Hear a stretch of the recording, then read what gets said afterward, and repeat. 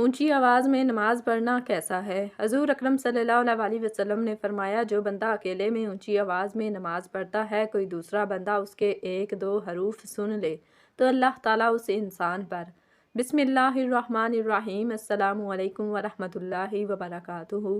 محترم ناظرین، نماز اسلام کا سب سے اہم رکن اور ایمان کی سب سے بڑی علامت ہے۔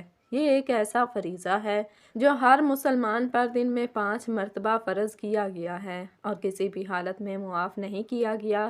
اللہ تعالیٰ نے قرآن میں نماز کو قائم کرنے کا بار بار حکم دیا ہے اور اسے برائیوں اور فحاشی سے روکنے کا سب سے بڑا ذریعہ قرار دیا ہے۔ نبی کریم صلی اللہ علیہ وسلم نے فرمایا کہ قیامت کے دن سب سے پہلے نماز کا حساب لیا جائے گا۔ اگر نماز درست ہوئی تو باقی اعمال بھی قبول ہوں گے اور اگر نماز خراب ہوئی تو باقی اعمال بھی رائگاں جائیں گے۔ جو شخص نماز کو خشوع و خضوع کے ساتھ ادا کرتا ہے، اللہ اس کے گناہ معاف کر دیتا ہے اور اسے پاکیزہ زندگی عطا فرماتا ہے۔ نماز کو چھوڑنے کی بہت سخت وعیدیں آئی ہیں۔ نبی کریم صلی اللہ علیہ وسلم نے فرمایا کہ آدمی اور کفر کے درمیان فرق نماز ہے۔ جس نے نماز چھوڑ دی وہ کافر ہو گیا۔ ایک اور روایت میں آیا ہے کہ جو شخص جان بوجھ کر ایک نماز بھی چھوڑ دے، اس کا نام جہنم میں لکھ دیا جاتا ہے۔ حضرت عمر رضی اللہ تعالیٰ عنہ فرماتے ہیں کہ جو نماز چھوڑ دیتا ہے اس کا اسلام میں کوئی حصہ نہیں۔ صحابہ کرام نماز کو دین کا سب سے اہم ستون سمجھتے تھے اور اس کے بغیر کسی کو مسلمان ماننے کے لیے تیار نہیں تھے۔ نماز پڑھنے کے بے شمار فضائل اور برکتیں ہیں۔ ایک نماز سے دوسری نماز تک کے گناہ معاف کر دیے جاتے ہیں۔ فجر کی نماز ادا کرنے والا اللہ کی حفاظت میں آ جاتا ہے۔ عشاء اور فجر کی نماز باجماعت پڑھنے والا پوری رات عبادت کرنے والے کے برابر ہو جاتا ہے۔ جو شخص دن میں 5 مرتبہ وضو کر کے نماز پڑھتا ہے، اس کے گناہ اس طرح دھل جاتے ہیں جیسے پانی کپڑے کی میل صاف کر دیتا ہے۔ نماز جماعت کے ساتھ ادا کرنا بہت زیادہ ثواب کا باعث ہے۔ جماعت کے ساتھ نماز پڑھنے کا اجر اکیلے نماز پڑھنے سے 27 گنا زیادہ ہے۔ نبی کریم صلی اللہ علیہ وسلم نے فرمایا کہ اگر لوگ اذان اور پہلی صف کا ثواب جان لیں تو قرعہ اندازی کر کے اس میں شامل ہونے کی کوشش کریں۔ جو شخص عشاء اور فجر کی نماز مسجد میں جماعت کے ساتھ ادا کرتا ہے، اسے پوری رات قیام کرنے کا ثواب ملتا ہے۔ اللہ کے نبی صلی اللہ علیہ وسلم نے یہاں تک فرمایا کہ اگر کسی کو مسجد میں نماز کے لیے آنے میں مشکل ہو تو اسے سہارا دے کر لے آنا چاہیے، کیونکہ مسجد میں نماز پڑھنے کا مقام بہت بلند ہے۔ جو شخص نماز کو ہلکا سمجھتا ہے اس کے لیے قیامت کے دن بہت بڑی حسرت ہوگی۔ جہنم میں لے جائے جانے والے لوگوں سے جب پوچھا جائے گا کہ تمہیں کس چیز نے جہنم میں ڈالا تو وہ سب سے پہلے یہی کہیں گے کہ ہم نماز پڑھنے والوں میں سے نہیں تھے۔ شیطان انسان کو سب سے پہلے نماز میں سستی دلاتا ہے، کیونکہ اسے معلوم ہے کہ نماز ہی وہ عمل ہے جو اللہ کے قریب کرتا ہے اور نیکیوں کو مضبوط کرتا ہے۔ جو شخص نماز چھوڑ دیتا ہے اس کا دل سخت ہو جاتا ہے اور پھر وہ گناہوں میں مبتلا ہو جاتا ہے۔ نماز صرف عبادت نہیں بلکہ بندے کے لیے سب سے بڑی دعا اور اللہ سے رابطے کا ذریعہ بھی ہے۔ جو شخص نماز میں خشوع و خضوع کے ساتھ کھڑا ہوتا ہے وہ اللہ کے سب سے قریب ہوتا ہے۔ سجدہ کرتے وقت بندہ سب سے زیادہ اللہ کی رحمت کے قریب ہوتا ہے اور اس وقت کی گئی دعا رد نہیں ہوتی۔ جو شخص نماز کو دل سے ادا کرتا ہے اس کی زندگی سے بے برکتی ختم ہو جاتی ہے اور اللہ اس کے دل کو نور سے بھر دیتا ہے۔ جو شخص نماز میں لاپرواہی کرتا ہے اللہ اس کی زندگی سے برکت اٹھا لیتا ہے، اس کے چہرے سے نور ختم کر دیتا ہے اور اس کے کاموں میں رکاوٹیں ڈال دیتا ہے۔ نماز قیامت کے دن مومن اور منافق کے درمیان فرق کرے گی۔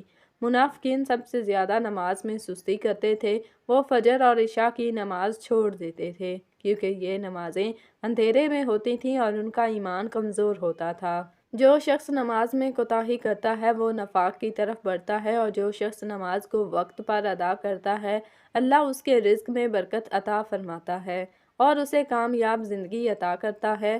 نماز میں قرآن کی تلاوت ایک ایسا عبادتی عمل ہے جس میں نبی کریم صلی اللہ علیہ وسلم نے نہ صرف الفاظ کو پڑھنے کا طریقہ سکھایا بلکہ اس کے انداز ادا میں بھی خاص نزاکت اور اعتدال پیدا کیا۔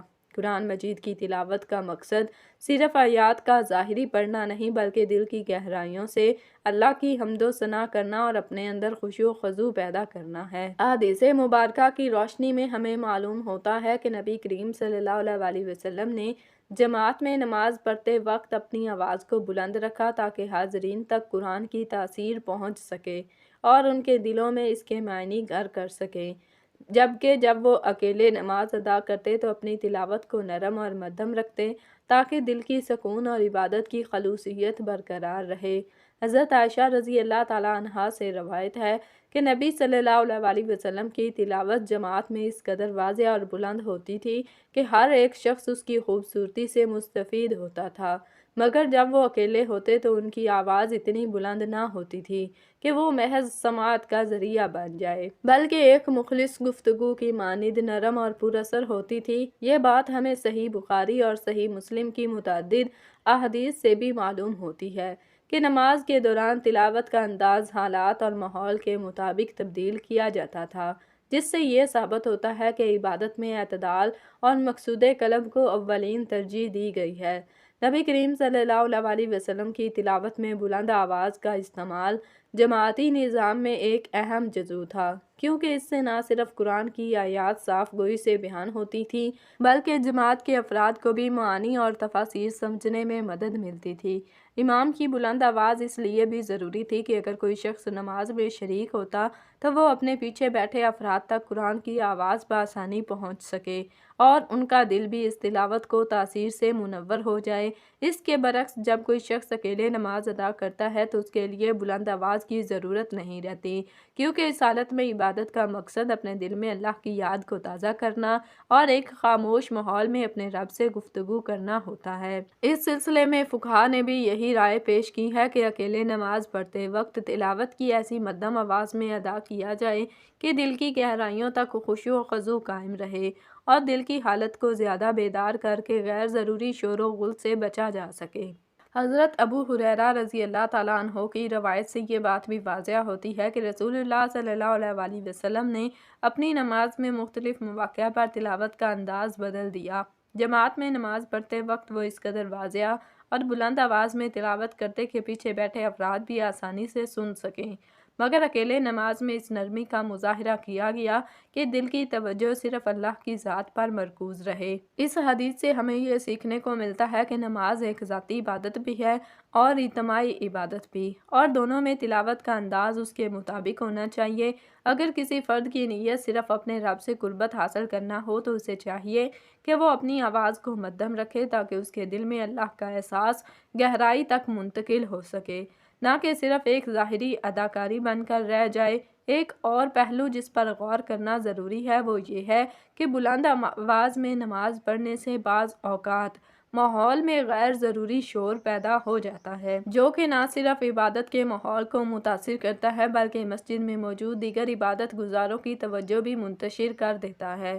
اگرچہ جماعت کی نماز میں امام کی بلند آواز سے سب مستفید ہوتے ہیں، لیکن اکیلے نماز پڑھتے وقت بلند آواز کا استعمال کسی طرح کی خود نمائی یا غیر ضروری شور کا باعث بن سکتا ہے، جس سے عبادت کی روحانی مٹھاس متاثر ہوتی ہے۔ اس لیے علماء اور فقہا کی رائے ہے کہ جب کوئی شخص اکیلے نماز ادا کر رہا ہو تو اسے چاہیے کہ وہ اپنی تلاوت کو اپنی باطنی حالت کے مطابق نرم اور پر اثر رکھے تاکہ اس کی عبادت کا مقصد یعنی اللہ سے قربت اور دل کی تسکین مکمل طور پر حاصل ہو سکے۔ اس بات سے بھی ہمیں آگاہی حاصل ہوتی ہے کہ نماز میں آواز کا استعمال صرف ایک ظاہری عمل نہیں بلکہ ایک ایسا ذریعہ ہے جس کے ذریعے عبادت گزار اپنے دل کی کیفیت کو بہتر بنا سکتے ہیں۔ بلند آواز میں تلاوت سے جماعت میں موجود افراد کو قرآن کی تعلیم اور اس کے معنی کا احاطہ ہوتا ہے، لیکن اگر کوئی شخص اکیلے نماز پڑھ رہا ہو تو اس کے لیے زیادہ ضروری ہے کہ وہ اپنے دل کی خاموشی اور اللہ کی یاد میں غرق ہو جائے۔ اس تناظر میں احادیث کی روشنی ہمیں یہی پیغام دیتی ہیں کہ نماز کے روحانی تاثیر اس بات پر منحصر ہے کہ انسان کس طرح اپنے دل کو اللہ کی یاد میں مشغول کرتا ہے۔ نہ کہ صرف اپنی آواز کی بلندیت پر۔ نبی کریم صلی اللہ علیہ وسلم نے ہمیں یہ سکھایا کہ عبادت میں ہمیشہ دل کی حالت اور خشوع کو مقدم رکھا جائے تاکہ اللہ کی رحمت اور برکت ان کے دلوں پر نازل ہو سکے۔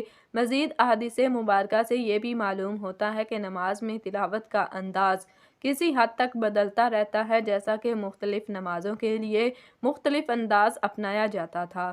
فجر اور عشاء کی نماز میں جماعت کے لیے بلند آواز میں تلاوت کی جاتی تھی تاکہ سب کو سنائی دے، جبکہ ظہر اور عصر کی نماز میں جہاں جماعت کا حجم کم ہوتا تھا یا جہاں نماز کو زیادہ خاموشی سے ادا کیا جاتا تھا، وہاں تلاوت کی آواز بھی نرم رکھی جاتی تھی۔ اس سے ظاہر ہوتا ہے کہ آواز کا استعمال عبادت کے ماحول اور شرائط کے مطابق ہونا چاہیے۔ اکیلے نماز ادا کرنے والے فرد کو چاہیے کہ وہ اپنی تلاوت کو اس انداز میں ڈالے جو نہ صرف اس کے دل کی گہرائیوں کو متاثر کرے بلکہ اس کے روحانی سفر میں بھی مددگار ثابت ہو۔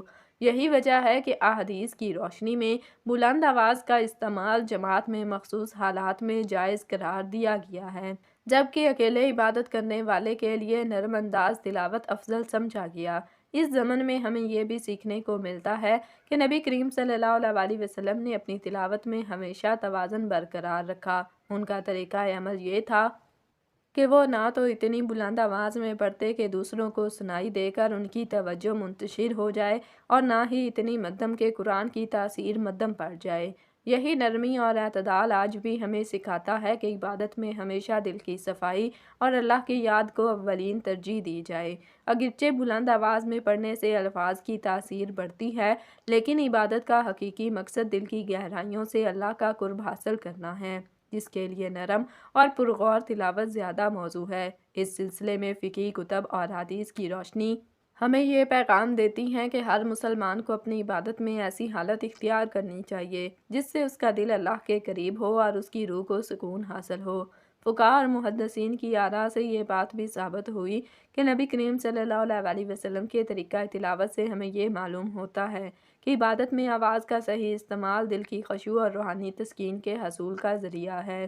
اگرچہ جماعت میں نماز پڑھتے وقت بلند آواز ایک مثبت عمل ہے کیونکہ اس سے لوگوں کو قرآن کی تعلیم حاصل ہوتی ہے، لیکن اکیلے نماز کی حالت میں ایسی بلند آواز کا استعمال دراصل عبادت کی روح کو متاثر کر سکتا ہے۔ یہی وجہ ہے کہ حدیث اور فقہی اصول ہمیں یہ تلقین کرتے ہیں کہ اکیلے نماز پڑھتے وقت اپنی تلاوت کو ایسی مدھم آواز میں ادا کریں کہ وہ دل کے اندر تک اثر انداز ہو اور اللہ کی یاد کو تازہ کر دے۔ آخرکار نماز ایک ایسا عبادتی عمل ہے جس میں انسان اپنے رب کے سامنے کھل کر جھک جاتا ہے اور اپنی باطنی کیفیت کو اللہ کے سامنے پیش کرتا ہے۔ بلند آواز میں یا نرم آواز میں تلاوت کا انتخاب اس بات پر منحصر ہے کہ اس لمحے انسان کا دل کیسا ہے اور اس کی توجہ کہاں مرکوز ہے۔ جماعت میں جہاں بلند آواز سے سب کو مستفید کیا جاتا ہے، وہیں اکیلے نماز پڑھتے وقت نرم انداز تلاوت دل کی سکون اور اللہ کے ذاتی رابطے کو فروغ دیتا ہے۔ احادیث مبارکہ اور نبی کریم صلی اللہ علیہ وسلم کے طریقہ عمل سے ہمیں یہی پیغام ملتا ہے کہ عبادت میں اعتدال اور خشوع کو برقرار رکھنا سب سے اہم ہے۔ اللہ تعالیٰ ہم سب کو اپنی عبادت میں صحیح سمت عطا فرمائے اور ہمارے دلوں کو اپنی یاد سے منور رکھے۔ آمین ثم آمین۔ جزاکم اللہ خیرا کثیرا۔